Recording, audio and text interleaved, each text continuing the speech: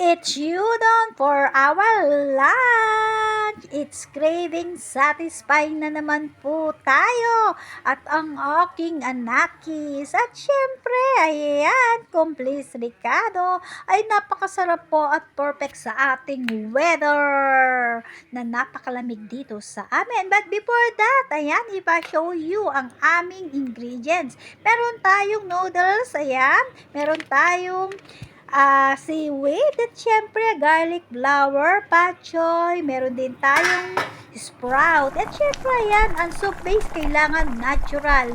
Ayan, mula sa minced pork at ang ating onion. Syempre pitakuluan na natin ang ating seaweed, yan, pati ang ating noodles, diretso, at lalagay na rin natin ang ating fresh na pak choy. Baby pak choy po yan.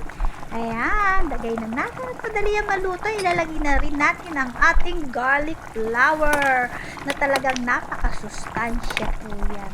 Sa mga high blood, ayan, anti-high blood yan. At syempre, ilalagay na rin natin ang ating bean sprout na napakasarap na crispy habang kinakain. And that's it's ready! I want to show you. Thank you!